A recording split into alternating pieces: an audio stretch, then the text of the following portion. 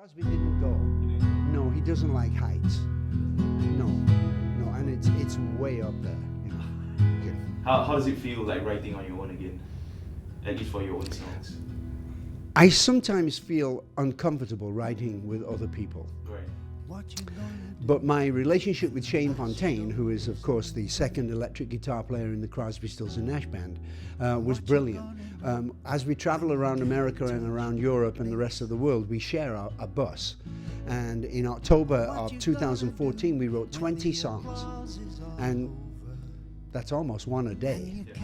And then we went into the studio and recorded those 20 songs in 8 days. Wow. And we wanted it to be real. We wanted it to be more intimate, closer to you. And this Path Tonight, the entire album is 6 people in the same studio, including me as a vocalist, all playing at the same time. There's one track on the record called Myself at Last. That was the first attempt at the first song we ever tried. That became the master. One take, start to finish. So I'm guessing like that kind of confidence like really pushed you to finish the record as soon as possible. Absolutely, yeah. So like in a way, do you feel like invigorated to continue making more music after this? Absolutely. As I said, we wrote 20 songs, and there are 10 songs on the record, which is the emotional journey that we wanted to plan. And on the deluxe version, there's 3 extra bonus tracks. So that's only 13 songs. I have 7 more that we love, and we're still writing. So it won't be 14 years before another Graham Nash record. So right now, you know, you're writing on set list every night. Does it feel liberating to kind of be the master of what you're performing every night? It's very liberating, because when you're in a band with 3, sometimes 4 strong writers, you can only have 5 or 6 of your songs in each show, right? But we write much more than that. So what do? You make solo records, yeah. So I'm guessing that's kind of how it felt during your reunion tour last year. Yes, kind of, yeah. Mm-hmm. But definitely like the range that you guys have over the years, in a way, you guys have the understanding of like what songs you want to put it in, like instead of having that conflict every time. So. It's not a conflict, but it's a very interesting dance. Where to start, what to play. We probably have about 900 songs between the 4 of us. So to choose each song, each night, that's difficult sometimes. Yeah. Just on the song you're playing this path tonight, the line there goes, I'm stumbling to my heart's desire on this path tonight, where are we going? So in a way, does the uncertainty excite you in life? Yes. I don't know where I'm going.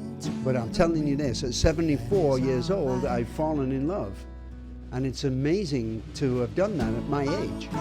When a lot of people are, want to take it easy and retire, I can't even spell the word retire. I'll be writing songs when they close my coffee. Of course. Yeah, don't put it yet. One more song. But right now, for touring, what is one thing that either irritates or something that you fear about touring right now? There are many problems facing humanity. Do you know who Stephen Hawking is? Yes. The physics professor at Oxford. He was asked about a year and a half ago how long he thought the human race would last. And you know what he said? About 1,000 years. It's not very long. I've been alive almost 10% of that, right? Many problems facing us. The major one, as far as I'm concerned, and a lot of my friends like Jackson and Bonnie, we try to bring awareness to the American people of the dangers of nuclear power. However, climate change. And I got to tell you, I've been there 50 years, over 50 years, and I've never seen the political scene so crazy. And the fact that there's a chance that Donald Trump becomes president of the United States is terrifying and should shock everybody in the world, because he's brilliantly tapped into a fear and amplified that fear. And he has given the people that are not that bright, I don't think, that support him, he's given them an enemy. Mexican rapists, Muslims, illegal workers, everybody there. He's dividing and conquering, and it's awful. So for you, that's why you support Bernie Sanders? I do. I support Bernie Sanders for several reasons. One, that he understands that the trade agreements that we have made has been shipping American jobs out of the country by the million to cheaper places like China and India. He also realizes that the income inequality between the 1% and the 99% is growing larger every day.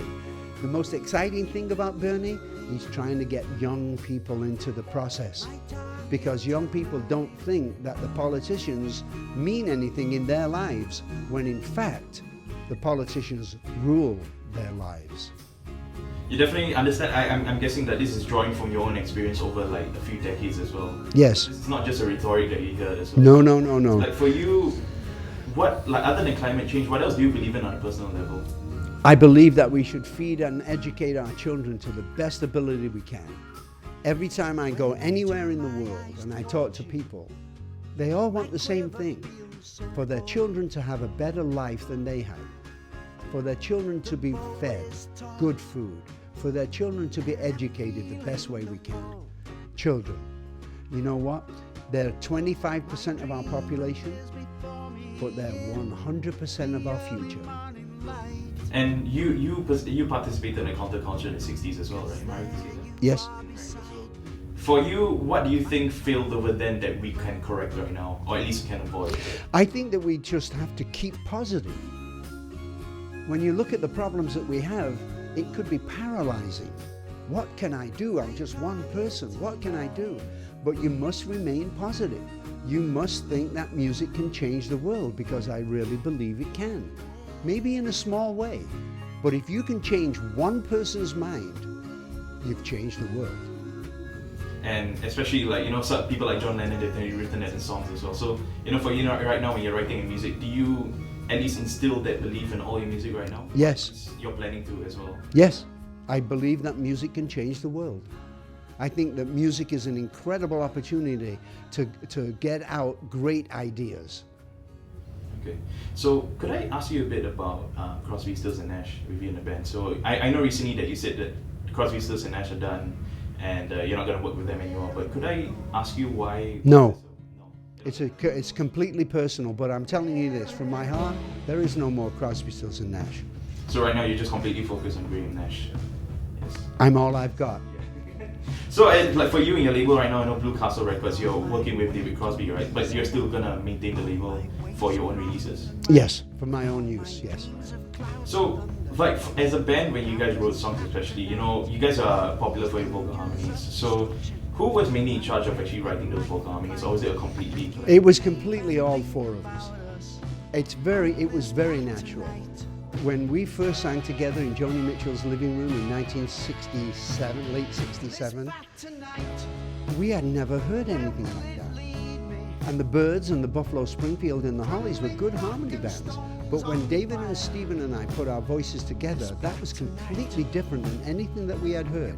And I knew from that moment I would have to go back to England, leave the Hollies, leave my equipment, leave my friends, leave my money, and go to America with one acoustic guitar to follow that sound.